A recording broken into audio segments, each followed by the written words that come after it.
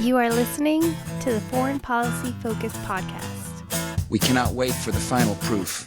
The smoking gun could come in the form of a mushroom cloud. Haven't you driven enough people from their homes already? Bulldoze their villages, seize their property and their laws. They had no part in making it. Now working in Libya with friends and allies, we've demonstrated what collective action can achieve in the 21st century. Now the host of the show, Kyle Inslee. This is episode 498 of the Foreign Policy Focus podcast. Start off by saying that next week the show will look a little bit different. I'll be celebrating the milestone 500th episode next week on Wednesday, and I have a special guest on for that. And then for the 501st episode, I plan to have on my good friends and the most frequent guests of the Foreign Policy Focus podcast, Will Porter and Joanne Leone. They have a kind of more fun conversation, but to talk about some of the more frequent topics that we discussed over the hundreds of episodes that I've been doing this show now. And so I'm really looking forward to the content that I have coming out next week. So make sure you're subscribed to the show somewhere. That way you get those episodes somewhere. You know, if you get it on Facebook and stuff, you know how the algorithms work. One week you're seeing everything, the next week, you know, this account now, for whatever reason, see their posts. So if you subscribe to the show somewhere, that way, you know, you get it downloaded on your phone. You never miss an episode. If you're new to the show or want to check out my other work, libertarianinstitute.org. I am the news editor over there and write the daily news roundup. Next week, I probably won't be talking about current events as much on the show. Looking at doing some more evergreen topics again for the milestone episode. So make sure you check out that daily news roundup if you love coming to the show for all the news stories that I talk about, because a lot of them end up in the roundup. Last, if you want to donate to the show, you could do that at patreon.com/foreignpolicyfocus. I have a Russiagate story to start the show. This one is In the Hill by Kevin R. Brock, who is a former assistant director of intelligence for the FBI and a 24-year, I guess, veteran of the Bureau. So I don't think this is somebody necessarily who, like a libertarian, would be for abolishing the FBI and probably thinks that the organization does good things. Not that I agree with saying that, but you know, just for this guy's perspective. And he has this one out where he takes a release from, I believe, Judicial Watch. And it is a email apparently sent from Peter Strzok to himself, and then a bunch of redacted emails, which are speculates to the upper levels of the FBI, informing them on why he was starting the investigation into Michael Flynn's ties with Russia. Brock goes through this and basically says that one thing is clear in this document, that there's absolutely no evidence of anything that says that, Michael Flynn had any ties to Russia. And this is really problematic for the Russiagator, because you need an awfully good reason to start investigating, incoming president, a presidential campaign, and they simply didn't have it. So again, this is linked in the show notes page if you want to check it out.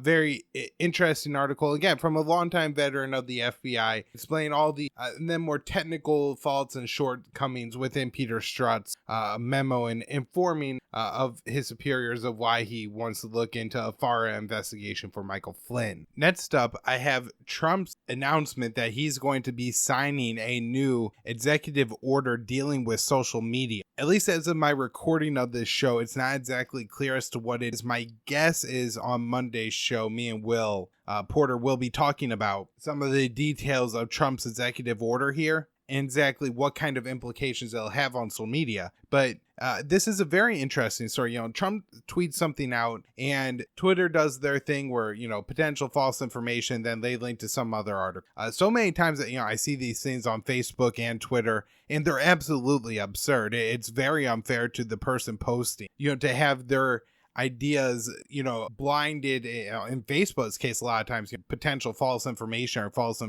you can't even, little does Facebook know that actually intrigues me more in the information if, you're going so, working so hard to hide it from me. But Twitter did this to one Trump's post. He's not happy. And so he's threatening this executive order. Now, first off, I think it's a real mistake on Twitter's part to do this. I think one of the great things about Donald Trump being on Twitter isn't that he's doing stupid things like threatening Kim Jong-un. Like, I don't agree with the content of what comes out no matter where he says it. But I do think there's at least one particular advantage to having him say it on Twitter, is that as you don't have to rely on a story being written up by MSNBC or Fox News to hear what the president has to say. You can very clearly, go to his Twitter feed and his thoughts are all laid out there about as coherently as ever for you. I saw some people portraying this as, reactionary. Oh, look, this happens to Trump and they respond. But this has been a long dispute throughout kind of the entire Trump movement, where really I think Trump's supporters in a lot of cases were very effective in using social media to kind of spread his message and make Trump look cool. With their means, they were just effective at it. Whereas there are other groups of people who just weren't quite so effective at it.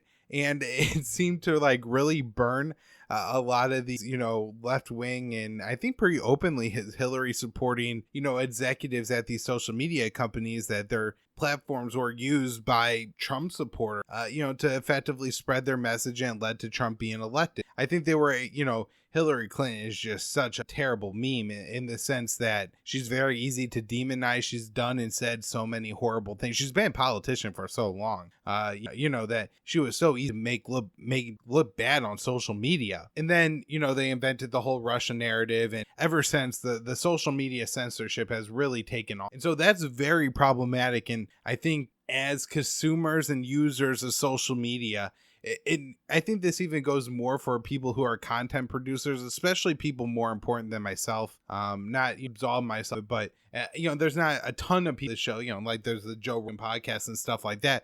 Imagine if Joe Rogan, a whole bunch of other very prominent Twitter users who aren't just exclusively right wing or left wing, but just people who don't want to be censored, all used a different platform. Then that may really make it more accessible to other people and make them more willing to use it, preferably something open source and where at least if there is going to be censorship and kind of communal based, I'm not opposed to Twitter taking down some guy just mindlessly posting, the N word over and over again, or, disgusting pictures of some kind.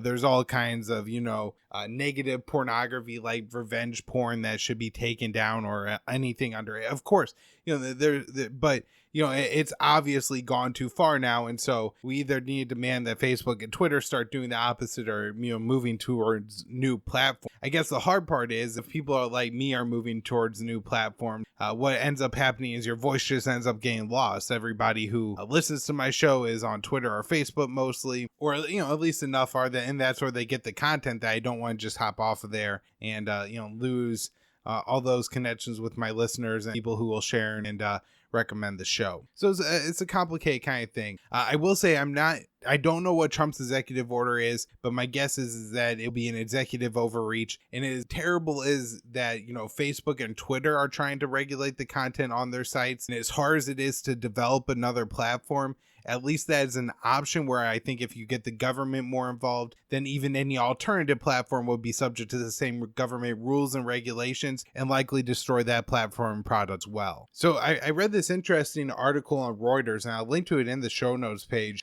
because it has some interesting technical details and quotes in there.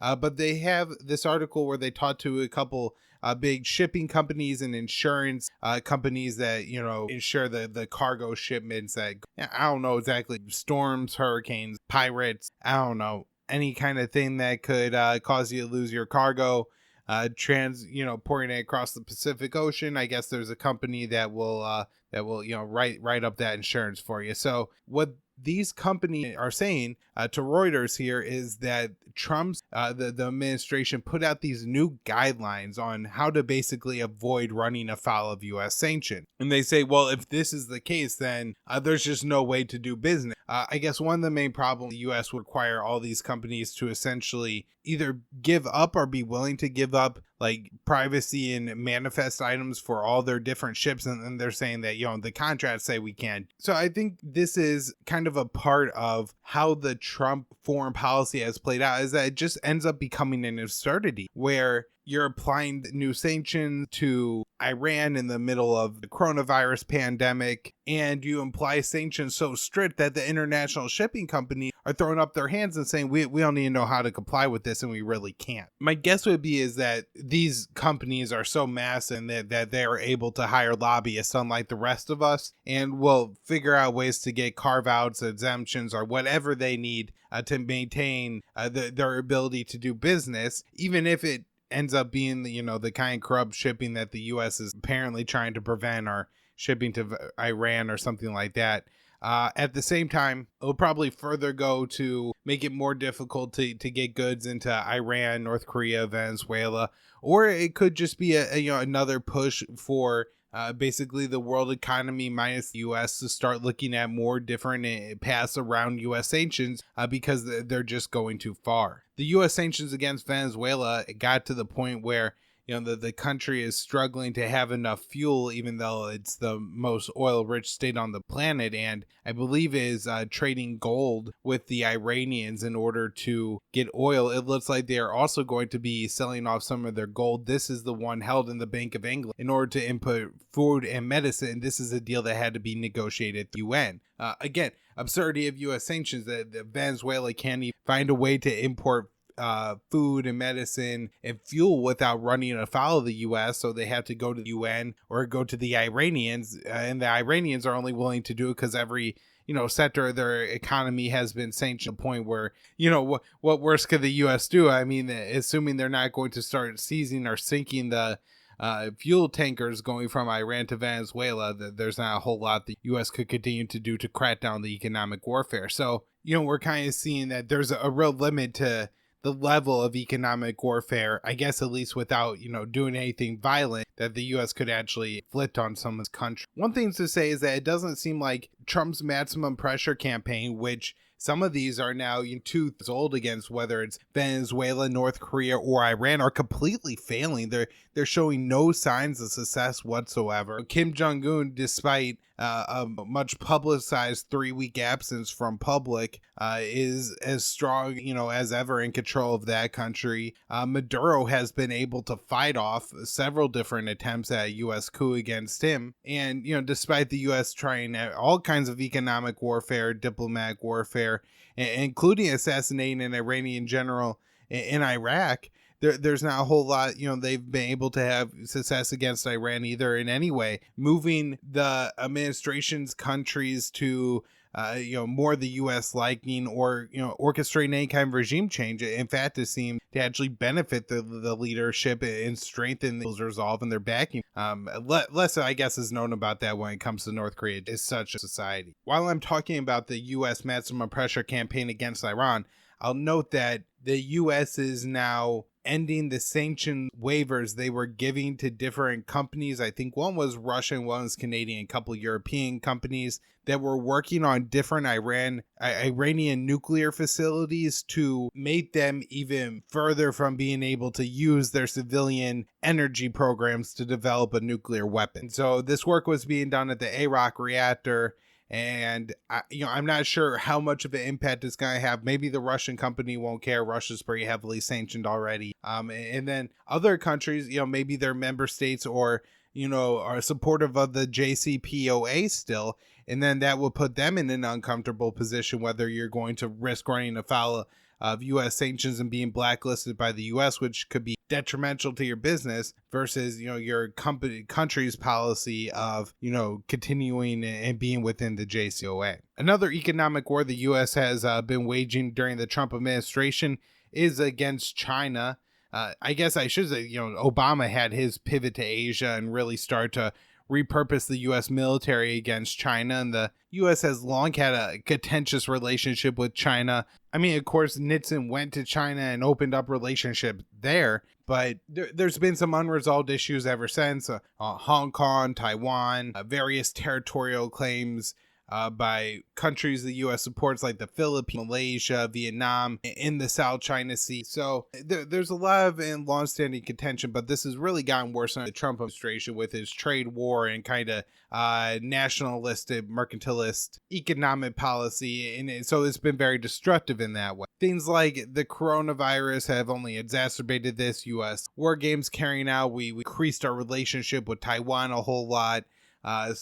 Sending a lot more weapons, allowing a lot more official visits with that country, or depending on who you ask, I guess, Taiwan being a country. And then in Hong Kong, of course, there's long-standing U.S. backing through a lot of like non-governmental organizations like the National Endowment for Democracy, to organize the kind of protests going on there. Not that the people in Hong Kong or Taiwan don't have a reason to be fearful of Beijing and would prefer not to live under, the Chinese Communist Party. That said, it's not the U.S.'s job to intervene here, and that's exactly what the U.S. is planning on doing more of. We have Secretary of State Mike Pompeo announcing that he feels Hong Kong is no longer sufficiently independent from mainland China, and then triggers a law that then requires Hong Kong to have the same economic or trade status with the U.S. as Taiwan. So all those tariffs and everything that's so far been applied to China will now apply to Hong Kong. I'm guessing it could hurt the Hong Kong economy pretty bad. And I think a lot of ways Hong Kong, with this special relationship with the U.S. and China, has been able to be a facilitator of, products and goods going through. And so more of that could be shut down. It could also, be another break in the relationship between the U.S. and China. And, as I mentioned on the show several times when talking about the relationship, I think it's important to keep the Bastiat quote, where, goods don't cross where goods don't cross borders, armies will, in the sense with China. All right, next up, I have some nice things to say about Donald Trump, at least the occasional, Twitter moment that sheds some light and a good message. It does happen, and the most recent one is Trump tweeted that it's time to get the U.S. out of Afghanistan. The Pentagon is reporting to us that we're actually a little bit ahead of schedule. We're supposed to be down to 86,000 troops or 8,600 troops in Afghanistan by mid-July. We are already at that number. I guess some of that is at the urging of Donald Trump amid the coronavirus crisis to get our troops out of Afghanistan. Hopefully, the drawdown will continue. There are some people who are floating the idea that Donald Trump is trying to get the U.S. out by the November election so he could claim that he did that war. That sounds like good news to me. There's a good article by Danny Surgeon at antiwar.com. I really think you could check out, where he goes into, what's happening in Afghanistan and explain that the U.S. leaving that country isn't going to bring peace, but the U.S. staying forever isn't going to either. There's going to be a period of violence, inter-Afghan Taliban versus Afghan government violence after the U.S. leaves, but we got to get that over with and let the Afghan people try to, sort out their country for themselves. In a little bit of positive news, though, it certainly won't be a peaceful situation. It's not going to turn into something like the U.S. where there's crime, but there's not,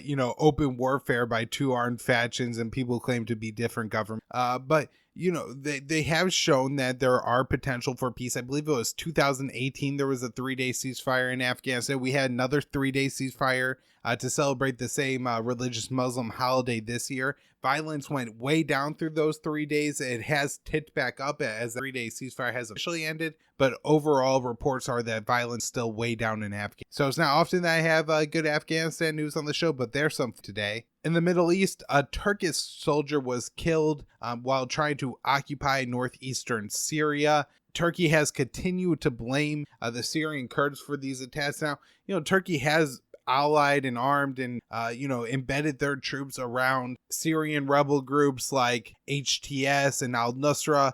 These are guys that are Al-Qaeda, so, they could be just as likely setting up roadside bombs, blowing up Turkish troops. But they are trying to occupy Kurdish lands, so it's possible that is going on. 3 U.S. soldiers were wounded when their convoy came under attack by militants in Syria.